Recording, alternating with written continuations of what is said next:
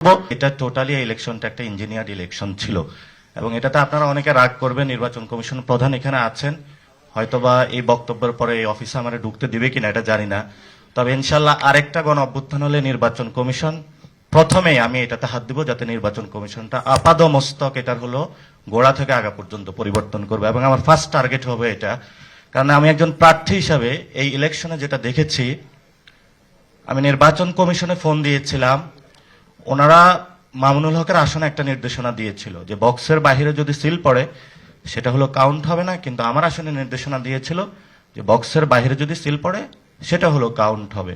এবং সেখানে নির্বাচনের দিন ডিজিএফআই, এনএসআই এবং অন্যান্য গোয়েন্দা সংস্থা থেকে শুরু করে কিভাবে ডিসি অফিসে নগ্নভাবে একটা ইলেকশনের ইঞ্জিনিয়ারিং করতে পারে সেটা সাক্ষী এই বাংলাদেশ দেখেছে।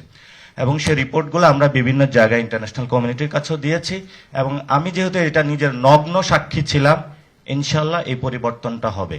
যখন আফরোজা আব্বাস নির্বাচন কমিশনের সামনে ওই যেটা হলো বিভাগীয় যে কমিশনার অফিসের সামনে 5 থেকে 6 হাজার লোক নিয়েছিল, আমি ডাক দিলে সেখানে 50 থেকে 1 লাখ লোক আসতো, তাহলে একটা রক্তাক্ত মারামারি হইতো, অনেকগুলা লাশ পড়তো।